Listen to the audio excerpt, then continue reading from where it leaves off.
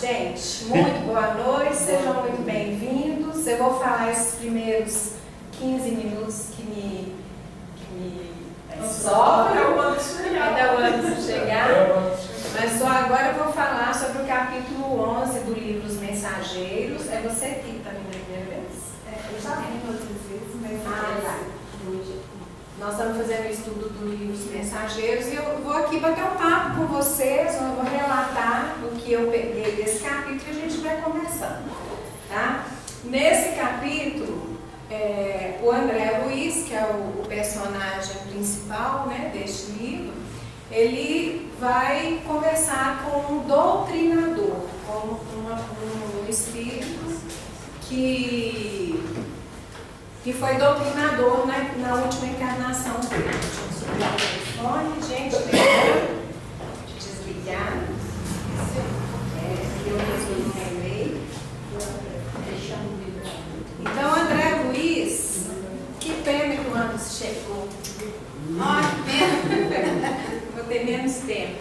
O André Luiz, ele estava visitando os lugares do Centro dos Mensageiros.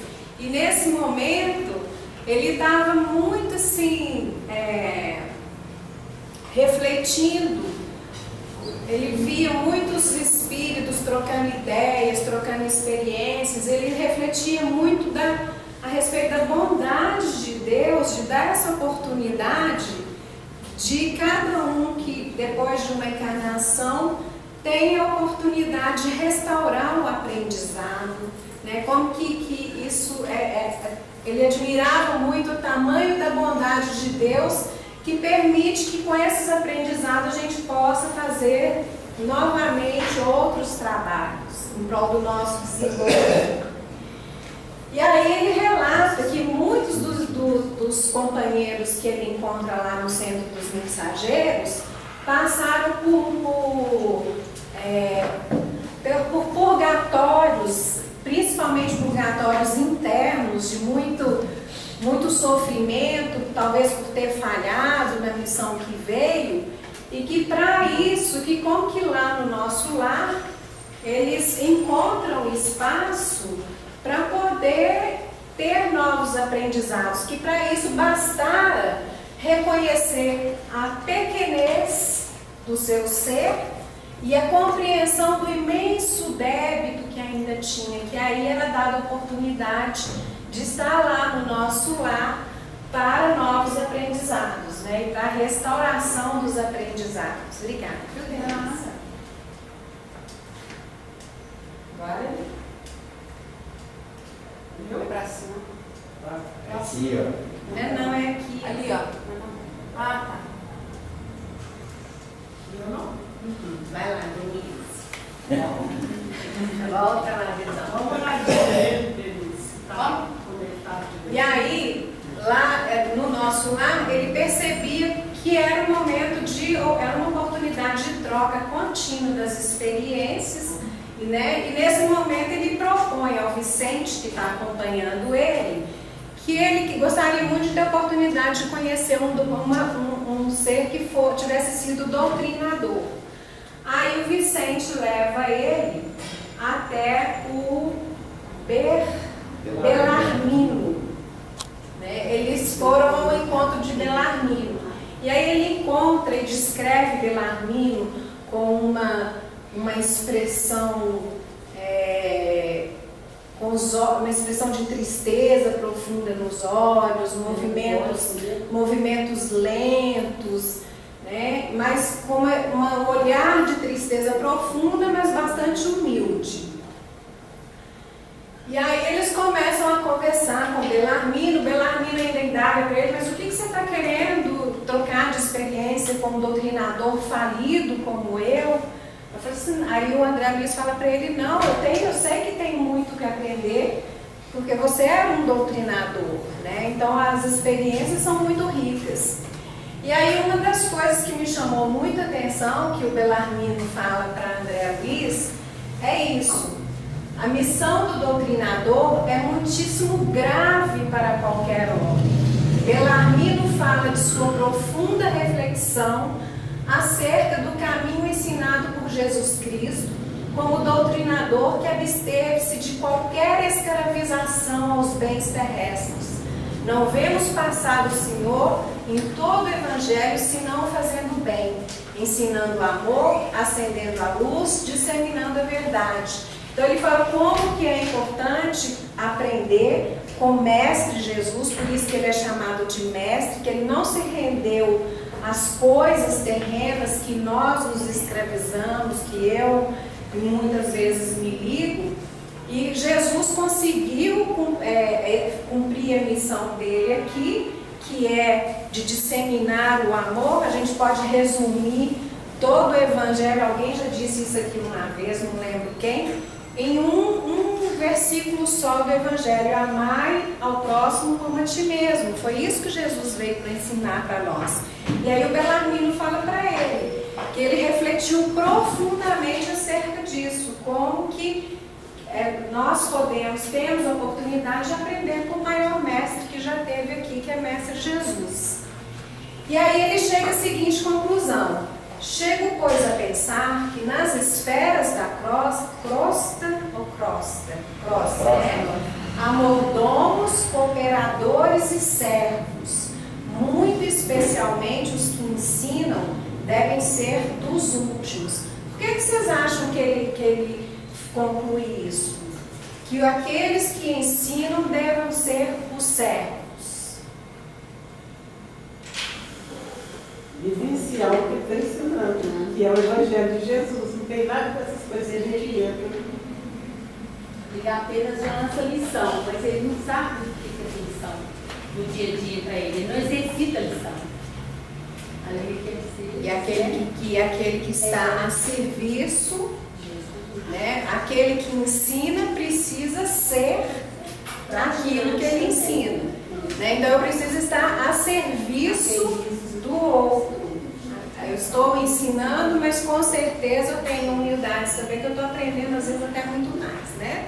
Porque esse livro ele é bom, mas vocês, ali ele está falando já depois do final dele lá. Ele coloca isso aí porque ele faliu. Isso. Aí isso é que eles citam. Eles têm hora que eles estão conversando com o André Luiz, eles citam o que passou, para depois chegar lá e explicar. Isso. Aí é que vem assim, deve ser os últimos. Mas por que ele falou isso aqui? Aí você vai ver que no decorrer ele vai falar lá atrás, onde ele deixou de usar esse termo aí, a mordomo, a cooperador e a servo. E ele não...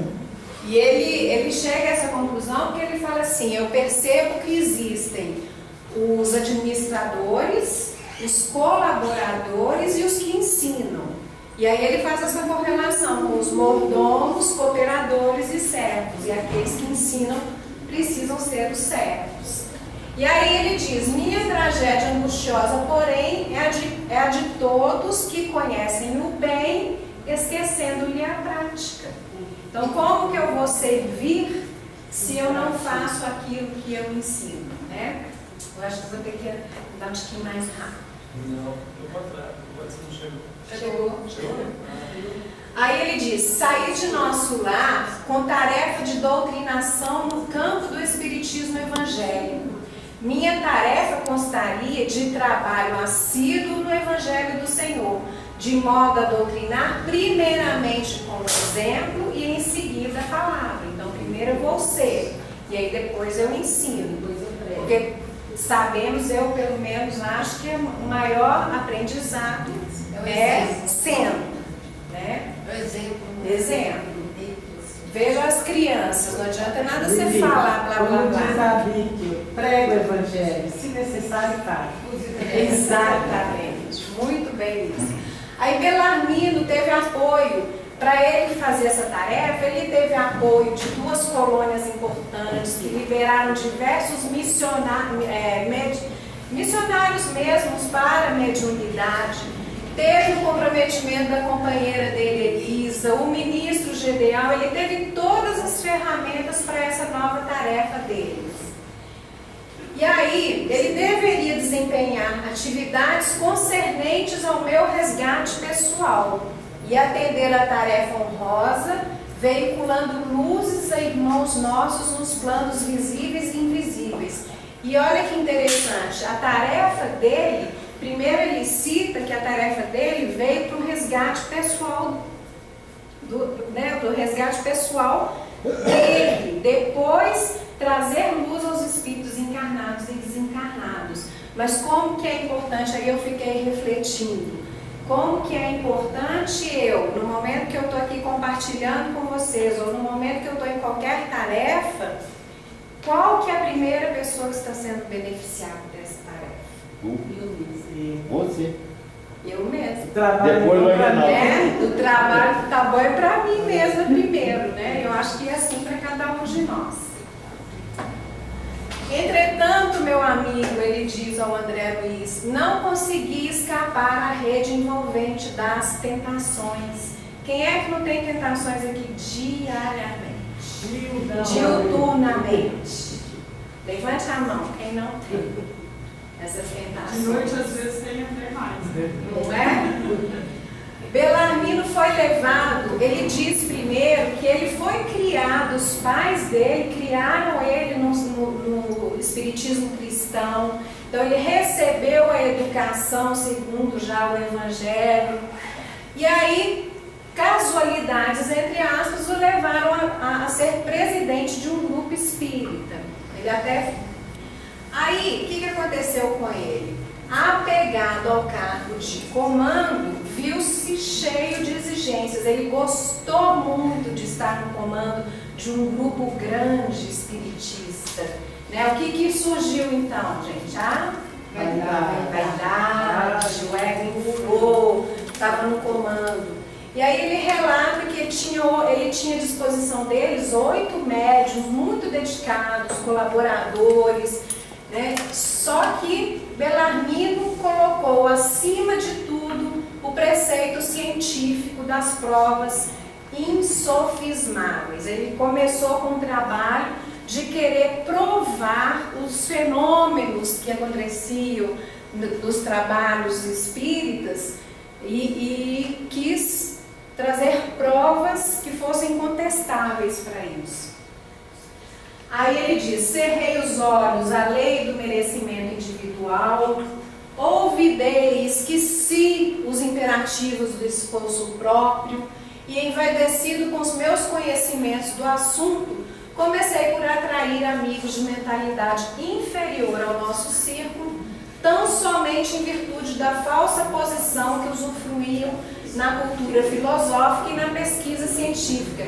Começaram a se aproximar para eles pessoas da ciência, né? E ele estava gostando disso, pela falsa ideia de como essas pessoas são importantes no mundo da filosofia, no mundo materialista. Quer dizer, ele não achava que era materialista, né? Mas esse cientificismo de comprovar, né, os fenômenos.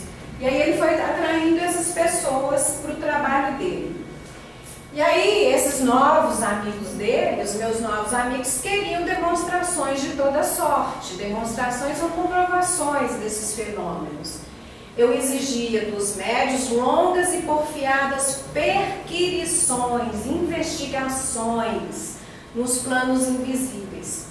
Claro que o resultado era sempre negativo, porque cada homem receberá agora e no futuro de acordo com as próprias obras. Não tem jeito de comprovar como a ciência exige fenômenos que são, cada um é um. Não existe padrão, cada um com sua história, cada um colhendo aquilo que vivenciou em cada encarnação. E isso irritava ele. Aí que ele começou a achar os médiuns que já não estavam com tanta dedicação para esse trabalho que ele queria, ele achava que eles eram companheiros de má vontade e má fé. E aí ele mesmo começou então a duvidar e a ficar descrente, já que não conseguiam comprovar conforme os novos companheiros deles queriam.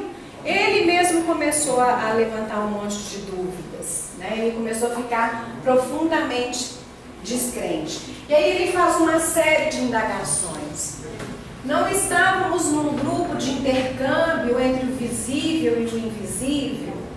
Não eram os médios simples aparelhos dos defuntos comunicantes? Por que não viriam aqueles que pudessem atender aos nossos interesses materiais, aos nossos interesses imediatos? Não seria melhor estabelecer um processo mecânico e rápido para as comunicações? Olha que incrível, um processo mecânico e rápido para as comunicações com o mundo invisível? Por que a negação do invisível aos meus propósitos de demonstrar positivamente o valor da nova doutrina? O que vocês acham que aconteceu com ele nesse momento aqui que ele está com essas indagações? Enlouqueceu, né? Enlouqueceu. Na vaidade, no orgulho. Perdeu, né? Perdeu tudo que ele aprendeu do Evangelho de Jesus. Isso aí não tem nada a ver com isso. Exatamente. O ensinamento de Jesus, né, irmão? Exatamente isso. Preenchido pela verdade, pelo orgulho, a mente dominou completamente. Então ele queria aquela comprovação científica do mundo materialista e não conseguiu. Nós ouvimos nesse fim de semana que a mente é a casa das loucas. Nesse momento aqui, ele está completamente só no campo mental e da matéria, né? Então, de uma certa forma, enlouqueceu mesmo. E aí, a companheira dele tentava chamá-lo para a religiosidade, para voltar para a esfera daquilo que ele vê e mais nada, né? O espírito dele continuava atormentado. E olha que coisa linda, diz ele para o André Luiz: todavia o Evangelho é livro divino, e enquanto permanecemos na cegueira da vaidade e da ignorância, não nos expõe seus tesouros sagrados. Por quê que não se expõe quando a gente está cego pela vaidade, pela ignorância, a gente não consegue perceber o que é que o Evangelho está nos ensinando? Por quê? Nós vedamos os olhos, que você falou, nós tapamos os olhos e lemos, mas não entendemos nada. Então eles não nos transmitem aquilo que está escrito ali. Porque nós ultrapassamos, a vaidade deixa ultrapassar os nossos limites de conhecimento. Ou a gente entende aquilo que a gente quer entender, a gente interpreta da forma que a gente quer. Também para não fazer mais rodagem. Aí o coração fecha, a mente está aqui com todas as tentações, né? Junto com as tentações. Junto com as tentações, eu não consigo perceber o que o Evangelho está me ensinando, qual que é o ensinamento de Jesus Cristo. Porque aí eu estou aqui fechado, ó. Eu só estou aqui no campo mental, os chakras básicos, né? Aí Ele não atendia a esposa, a companheira dele, Elisa, o que ele ia atender mais? Quem tem olhos para ver, que vejam; quem tem ouvidos para ouvir, que ouçam. O Evangelho é assim, não é? E aí, Belarmino taxava então o Evangelho de velharia, não servia para nada para ele, eles não podiam nem comprovar nada. E foi arrastado junto com os novos amigos cientistas dele pelo negativismo completo. Então, do agrupamento cristão, onde poderia edificar construções eternas, vir para a política de elevação, ele transferiu-se à politicária inferior. Desviou-se de seus objetivos pela escravidão ao dinheiro, que transformara seus sentimentos. Então, nesse ponto aqui, já desvirtuou completamente a missão que ele veio cumprir, né? E assim foi, olha que triste, até que acabei meus dias com uma bela situação financeira no mundo material muito rico, e um corpo crivado de enfermidades, com um palácio confortável de pedra e um deserto no coração.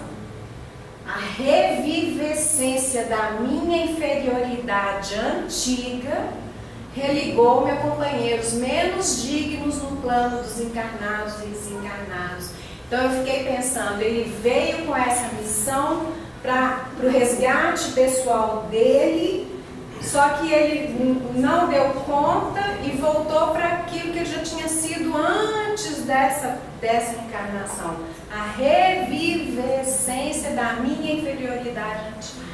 E cedeu a isso. Aí Belarmino concluiu: mas como não ser assim? Como aprender sem a escola, sem retomar o bem e corrigir o mal. Isso daqui foi um acalento. Porque o que ele quer, o que você acha que ele quer dizer com essa conclusão? O que vocês entendem? A Denise está dizendo, aprendemos com as dificuldades e com os erros. Aí eu senti que quando ele diz isso, ele diz, olha, mas apesar de tudo isso, eu estou aqui nessa escola, aprendendo, retomando e corrigindo o mal que eu fiz com o bem. Né? Ou seja, a bondade de Deus é tão grande, é tamanha, que sempre temos a oportunidade de restaurar o aprendizado e retomar o caminho. E aí André Luiz responde para ele, tenho a certeza de que não vim tão só ao centro de mensageiros, mas também ao centro de grandes lições. O que temos visto nessas lições todas dos mensageiros? Que todos temos essa oportunidade de restaurar nosso aprendizado e voltar para a missão que viemos aqui fazer. E aí encerra o capítulo, né, aí já passa para o outro capítulo, e para mim foi muito importante a leitura desse capítulo, porque eu fui muito estudiosa de física quântica um tempo, e gostei muito desse caminho. Falei que legal a ciência explicando fenômenos, acho bacana mesmo, porque até dá acesso para pessoas que são pessoas ateias, né, de vir para trabalhos espiritualistas sem saber que é espiritualista. Mas só que num determinado ponto, nesse ano passado, eu fui resgatada para o caminho da espiritualidade e me falaram assim, olha, não é só a ciência, nós precisamos conciliar as duas coisas. Isso aconteceu comigo não no mesmo ponto do Bellarmino, que eu não sou materialista da ciência, mas de me despertar isso, que é muito importante, né, voltar. Para mim foi muito importante de estar aqui no Grupo Ismael e resgatar a espiritualidade, com todo o mérito que a física quântica nos traz, sim, desses fenômenos. Então foi muito bom eu refletir também sobre esse capítulo. Gente, muito obrigada pela paciência. Eu corri um tiquinho porque nosso horário hoje foi um pouquinho curto, né? E aí eu tomo o tempo do Anderson, né, Anderson? Não, você vai continuar. A palavra é sua. Eu vou colocar ali, ó, apresentar. Não,